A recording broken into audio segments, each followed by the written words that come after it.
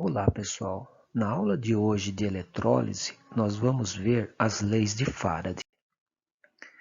A lei de Faraday diz respeito ao processo quantitativo da eletrólise. É a relação entre a energia que se gasta no processo e a quantidade de material que a gente consegue produzir. Tomando como exemplo a eletrólise ígnea, do NaCl, temos o seguinte. Ocorre a redução no cátodo, que é o eletrodo negativo, do cátion Na+1, que ao receber um elétron forma o sódio metálico.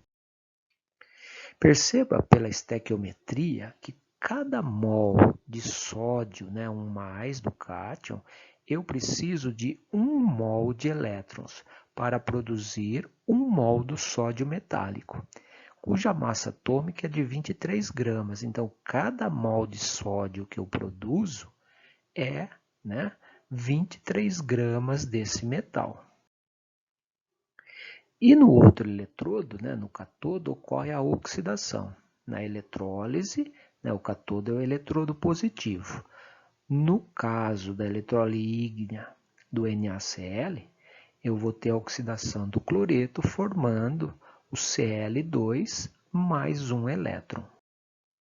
Então, pela estequiometria aqui, ao mesmo tempo que eu vou produzir 1 mol de sódio, eu vou produzir meio mol de cloro. Então, cada mol de Cl- produz meio mol do Cl2. Consultando uma tabela periódica, a gente tem que a massa do cloro é 35,5.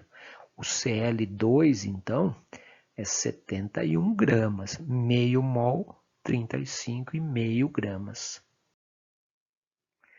Vamos ver então como é que é essa relação da quantidade de elétrons com a carga elétrica. Nós temos que cada mol de elétrons corresponde a uma carga de 96.500 coulombs, sendo que cada 96.500 coulombs corresponde a 1 Faraday. Então, a gente pode tanto usar a unidade para essa carga de elétrons em Coulomb ou em Faraday. E a relação é essa daqui. A carga em Coulomb pode ser correlacionada com a corrente elétrica que a gente passa na eletrólise e o tempo em que essa eletrólise acontece. A equação que nos dá essa correlação é a carga que em coulombs é igual a uma corrente elétrica em amperes vezes o tempo em segundos. Portanto, a carga necessária para a eletrólise pode ser obtida passando uma corrente elétrica por um determinado tempo. Para uma mesma carga aqui, quanto maior a corrente, menor o tempo necessário, e vice-versa. As relações, então, entre essa quantidade produzida e a carga, que é essa corrente elétrica e o tempo. Vamos supor que eu tenha a redução de um cátion mais 1. Nesta redução, por exemplo, do potássio, mais um elétron, eu vou produzir o potássio metálico. Então, para cada mol de potássio catiônico, eu preciso de 1 mol de elétrons, e isso vai me produzir 1 mol dele na forma metálica. Para cada mol, então, de elétrons, eu vou consumir, se tiver em Coulomb, 96.500, que corresponde a 1 mol de elétrons, ou 1 Faraday. No caso do potássio, cuja massa atômica é 39,1, então produzir 1 mol de potássio significa produzir 39,1 gramas. Se for um cátion de carga mais 2, como é que vai ser? Então, vamos supor que eu tenho cálcio, que é um cátion mais 2. Neste caso, para cada mol do cátion aqui, eu preciso de 2 mols de elétrons para produzir 1 mol do cálcio metálico. Então, a estequiometria é de cada mol necessário 2 mols de elétrons, que no caso é 2 vezes 96.500 coulombs. Cada mol, né, de elétrons tem essa carga aqui. Então, se são 2 mols de elétrons, 193.000 coulombs, ou 2 farads. No caso do cálcio, a massa atômica dele é 40,1 gramas. Então, cada mol de cálcio que eu produzir, eu vou produzir 40,1 gramas. E, né, os íons mais comuns aí, né, mais 1, mais 2 ou mais 3, se for um cátion mais 3, como é que ficaria? Vamos supor o alumínio, que é o metal mais produzido na eletrólise mesmo, né? Então, para cada mol de alumínio com carga mais 3, eu necessito de 3 mols de elétrons para produzir 1 mol na forma metálica. Então, a estequiometria é essa. Cada mol de alumínio são necessários 3 mols de elétrons. Em termos de carga, 3 vezes 96.500 coulombs, 1 mol de elétron. São 3 mols, então 3 vezes isso vai dar 289.500 coulombs, ou 3 Faraday. No caso do alumínio, que a massa atômica é 27, então se eu produzir 1 mol de alumínio, eu estou produzindo 27 gramas desse metal.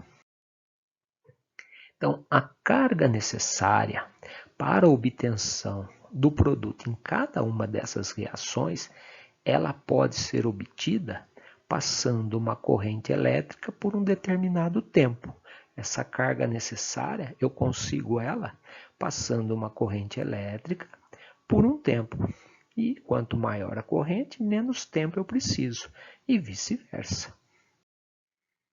Vamos ver aqui um exemplo. Qual a carga necessária para obter 100 gramas de alumínio metálico através da sua eletrólise? Supondo que essa eletrólise é feita usando uma corrente de 1,2 ampere, qual é o tempo necessário? Então, o alumínio, né, ele é um cátion mais 3, sempre, né, o alumínio só tem essa carga. Então, se eu for fazer a redução do cátion alumínio, eu preciso de 3 mols de elétron para cada mol do cátion. E eu vou obter 1 mol, né, desse alumínio na forma metálica. A massa atômica é 27, então cada mol de alumínio que eu obtenho são 27 gramas. Isso significa, então, que para cada 27 gramas de alumínio, aqui 1 mol, são necessários 289.500 coulombs, que é a carga de 3 mols de elétrons. Então, se eu quero obter 100 gramas, que é o que o exercício pede, regrinha de 3. Para obter 27 gramas, 1 mol, eu preciso dessa carga aqui de 3 mols de elétrons, 289.500 coulombs. Se eu quero 100 gramas, tá? Então eu precisaria de qual carga? Eu vou calcular, isso é x, é proporcional. Fazendo essa conta aqui, né, multiplicando em cruz, eu sei que a carga necessária para produzir esses 100 gramas de alumínio é este valor aqui, em coulombs. A carga pode ser obtida passando uma corrente por um determinado tempo. Ele disse aqui que nessa eletrólise a corrente é de 1,2 ampere. Então eu tenho a carga necessária. Eu sei a corrente que eu preciso passar, né, ou que eu vou passar aqui no caso. Qual é o tempo, então, que eu preciso passar? Eu passo o I dividindo. Então, eu tenho que o tempo é essa carga, tá? Dividido por 1,2, que é em ampere. Isso, né, essa conta aqui feita, dá esse valor em segundos. Então, eu vou precisar 893.518,5 segundos transformados aqui, né? Dividido por 60 dá em minutos, dividindo de novo por 60 dá em horas. Fazendo essa transformação, então, eu precisaria de 14.892 minutos, e isso me dá 248,2 horas. É um bom tempo, né? Já que a corrente aqui é bem baixa. Então, para chegar nessa quantidade, 100 gramas apenas de alumínio, uma corrente muito baixa, vai um baita de um tempo para se obter essa quantidade de alumínio. Um outro exemplo aqui, numa eletrólise, utilizando a carga de 19.300 coulombs, qual é a massa de cobre que eu consigo depositar no cátodo? Porque é a redução sempre ocorre no cátodo. Supondo que esta eletrólise ela levou 1 hora, né, para acontecer, qual foi a corrente utilizada? Em primeiro lugar, né, a gente monta a equação aqui. O cobre tem carga mais 2, então para cada mol de cobre eu preciso de 2 mols de elétrons. 2 mols de elétrons corresponde a essa carga aqui, 193.000 coulombs, que vai produzir 1 mol do cobre metálico.